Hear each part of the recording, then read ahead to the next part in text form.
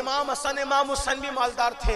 ये इल्म वाले मौजूद है, इनकी मौजूदगी में कहूँ बड़े से बड़ा आज फैक्ट्री का मालिक अगर किसी के पास कोई भिखारी आए तो कितना देता है? अगर 500 देगा ना पीर को भी तो दिखा के देता है। भिखारी की बात जाने दो, पीर को भी देता है। तो सोचता है कि 4 मुरीद देखे कि मैंने बातों पर मुसलमान मेहनत करें। सब चीजों से तवज्जो हटाकर 3 बातों पे मेहनत करो। पूरे हिंदुस्तान में हर जलसे में आखिरी में मैं 3 बातें कह रहा हूं, अल्लाह करे किसी के दिल में उतर जाए। मुसलमानों, बिलखुसूस नौजवानों, आपको 3 बातों पे मेहनत करना है। नंबर 1, दीनदार बनो। सबसे पहली बात, दीनदार बनो। दीनदार कौन से दीनदार? सिर्फ टोपी दाढ़ी वाले दीनदार नहीं, वो दीनदार बनो जैसे रसूलुल्लाह बनाने आए थे। वो दीनदार बनो जैसे सहाबे किराम ने बनाया था। वो दीनदार बनो जैसे औलिया अल्लाह ने बनाया था। वो कैसे दीनदार थे? जो अपने लिए पसंद करो वही अपने भाई के लिए पसंद करो। तुम्हारा भाई पड़ोस में भूखा सोए, तुम पेट भर के नहीं सो सकते। ये दीनदारी की अहम पहचान। दूसरों का बुरा ना चाहो, सबका भला चाहो। वो दीनदार कैसे बनना, उलमा से पूछो। लेकिन इतना कहता हूं, नंबर 1 दीनदार बनो, नंबर 2 मालदार बनो। मालदार बनना है, पहले दीनदार बनो फिर मालदार बनो। आप कुछ लोग आने आपको सबक पढ़ा दिया, नहीं मौलाना हमारे नबी तो बड़े गरीब थे, बड़े मुफलिस थे और वो पेट पे पत्थर बांधते थे। ये सब झूठ है। हमारे नबी कोई गरीब नहीं थे, कोई मुफलिस नहीं थे, बल्कि हमारा अकीदा ये है, हमारे नबी जितने मालदार थे उनसे पहले इतना बड़ा मालदार दुनिया में कभी नहीं आया और ना क़यामत तक उनके बाद इतना बड़ा मालदार कोई आ सकता है। आप कहेंगे ये खाली अकीदतें, अकीदतें नहीं हकीकतें हैं। इसलिए कितने वो मालदार क्यों इतने थे पता है? कि कोई एक खेत का मालिक है, कोई एक मुल्क का, कोई एक रियासत का मालिक है, तन्हा मेरे नबी है। अल्लाह ने उनको जमीनों का भी मालिक बनाया, उनको आसमानों का भी मालिक बनाया, उनको जन्नत का भी मालिक बनाया, उनको हर चीज का मालिक बनाया। इसीलिए इमाम अहले सुन्नत कहते हैं, खालिक कुल ने आपको मालिक कुल बना दिया। दोनों जहां आपके कब्जा व इख्तियार में। हमारे नबी सबसे ज्यादा मालदार थे। ये तो बात हो गई अकीदत की, लेकिन बात आपको बताऊं, हुजूर की जाहिरी जमीनें भी मदीने शरीफ में बहुत थी, बहुत जमीनें थी हुजूर की, और लाखों की मंथली आमदनी थी। मगर शान ये थी कि सुबह लाखों आते और शाम आने से पहले पहले तकसीम हो जाते। हमारे नबी गरीब नहीं थे, बहुत मालदार थे। आपको भी मालदार बनना है। इमाम आजम भी मालदार थे, सिद्दीक अकबर भी मालदार थे, फारूक आजम भी मालदार थे, इमाम हसन इमाम हुसैन भी मालदार थे। ये इल्म वाले मौजूद है, इनकी मौजूदगी में कहूँ बड़े से बड़ा आज फैक्ट्री का मालिक अगर किसी के पास कोई भिखारी आए तो कितना देता है? अगर 500 देगा ना पीर को भी तो दिखा के देता है। भिखारी की बात जाने दो, पीर को भी देता है। तो सोचता है कि 4 मुरीद देखे कि मैंने पीर को 500 दिया। यही है ना, भिखारी को तो कोई जल्दी 500 देता भी नहीं। अब आपसे पूछता हूँ, इमाम हसन और इमाम हुसैन के पास भिखारी आते हैं तो एक एक वक्त में इमाम हसन और इमाम हुसैन 50-50 हजार दिरहम लोगों को अता कर देते हैं। तो जो गरीब लोग होंगे वो फकीरों को 50,000 देंगे, बल्कि अल्लाह की कसम 50,000 देकर साथ में चिट्ठी लिख कर भी देते हैं, माफ करना अभी इतना ही है, अगर और होता तो और अता कर देते। हमारे यहाँ गरीब कौन है? सब तो मालदार लोग। आप भी मालदार बनो, लेकिन जुए से मत बनना, शराब के धंधे से मत बनना, सूद के धंधे से मत बनना। मोबाइल का इस्तेमाल कम करो, फेसबुक का इस्तेमाल कम करो, यूट्यूब का इस्तेमाल कम करो। वक्त का सही इस्तेमाल करके 8 घंटे की बजाय 16 घंटे मेहनत करो और मालदार बनो। अल्लाह तुम्हें तरक्की देगा। इन बुजुर्गों से दुआ लो, जो अंदर है उनसे दुआ लो, जो ऊपर है उनसे दुआ लो। और दुआ लेने का तरीका आपको बताऊं, हमारे मखदूम सरकार मखदूम अशरफ जहांगीर समनानी फरमाते हैं, बुजुर्गों से कुछ लेने जाना है, तवज्जो करना, तवज्जो है आपकी। फरमाते हैं बुजुर्गों से कुछ लेने जाना है तो जब भी बुजुर्गों से मिलने जाओ तो खाली हाथ ना जाया करो।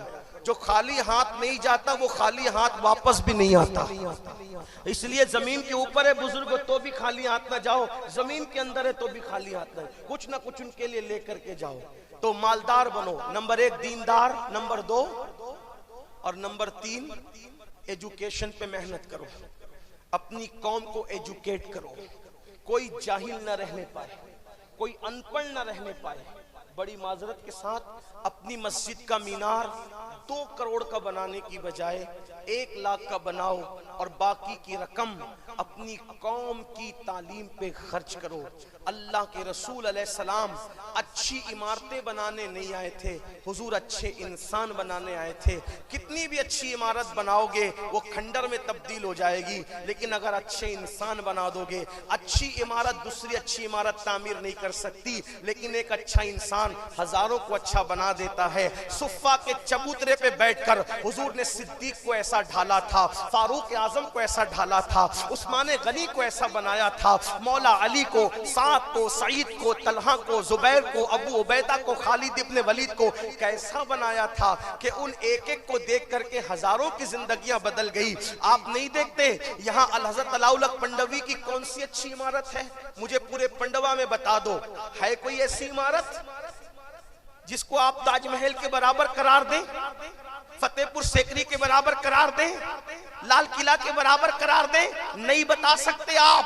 क्यों? उनका मकसद अच्छी इमारत नहीं था, वो अच्छी इमारत बनाने नहीं आए थे, लेकिन एक अशरफ को इतना अच्छा बना दिया, एक अशरफ को इतना अच्छा बना दिया, इतना अच्छा बना दिया कि उस एक के दुनिया से जाने के बाद भी उसके नाम ही से लोग अच्छे अच्छे बनते जा रहे हैं। इसलिए अच्छे इंसान बनाने की तरफ तवज्जो करो। देखो अच्छे इंसान और अच्छी इमारत में फर्क क्या है? ताजमहल अच्छी इमारत है, लेकिन उसका फायदा कौम को क्या है? शाहजहां ने अच्छी इमारत बनाई, उसका फायदा कौम को क्या है? अलाउल पंडवी ने अच्छा इंसान बनाया, उसका फायदा देख लो। ये चमकते हुए चेहरे क्या अशरफ का फैजान नहीं? ये महफिल की चमक क्या सरकार अशरफ का फैजान नहीं? क्या दुनिया के शर्क गर्भ में अल्लाह अकबर जो सुन्नियत का अल्लाह अल्लाह सिक्का चल रहा है, क्या उसमें मखदूमी फैजान की किरणें नहीं? याद रखें, अच्छे इंसान बनाने की ये अहमियत है। तो मेरी गुजारिश है, मस्जिदों के मीनारों को ऊंचा बनाने वालों, अपनी कौम के इल्मी मियार को ऊंचा करने की कोशिश करो। शादी की फजूल खर्चे कम करो, जलसों की फजूल खर्चे कम करो, अल्लाह अकबर, और भी रसूमात का खात्मा करो। आखिरी में ये भी कह दूं, अपने पीर के मजार पर 1 लाख की चादर डालने की बजाय 1000 की चादर डालकर 99,000 रुपये बचाकर अपने पीर के इसाले सवाब के लिए तालीम के नाम पे खर्च कर दो। इसलिए कि हमारा पीर 1 लाख की चादर से उतना खुश नहीं होगा जितना 99,000 रुपया तुम तालीम के नाम पे उनके नाम से खर्च करोगे। इसलिए कि मेरे अलाउल हक को, मेरे मखदूम को, मेरे पीर को मेरे 1 लाख की चादर की जरूरत इसलिए नहीं है क्योंकि वो जन्नत के नेमतों से महजूज हो रहे हैं। उन्हें मेरी चादर की क्या हाजत है? अकीदत के लिए तो 1000 की चादर भी काफी है।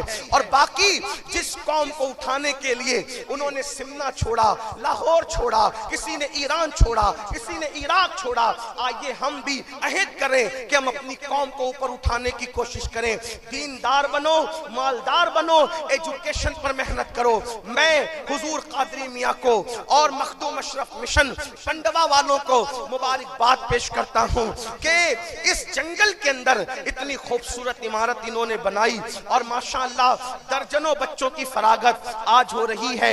इसी तरीके से मैं सरकार अखी सिराज आईने हिंद की बारगाह में मखदूम साहब के मखदूम के मुर्शिद की बारगाह में मैं गया तो मैंने वहां भी देखा इंग्लिश स्कूल का कयाम हो रहा है, इदारे कायम हो रहे हैं। मेरी गुजारिश है, रसूमात पर पैसा खर्च करने की बजाय तालीमात पर पैसा खर्च करने की कोशिश करो ताकि हम अपनी कौम को मुनज़्ज़म करके आगे बढ़ा सके। क्योंकि मेरे आका अलैहिस्सलाम ने फरमाया, जिसने इस हालत में सुबह की कि मेरी उम्मत की भलाई का कोई मंसूबा नहीं बनाया, फलैसा मिन्ना, वो मेरी सोसाइटी का मेंबर नहीं है। काश ऐसा होता कि हम जितने पीरों के मानने वाले हैं हम अपने पीरों के नाम से कॉलेजेस बनाते, यूनिवर्सिटियां बनाते, बड़े बड़े इदारे बनाते।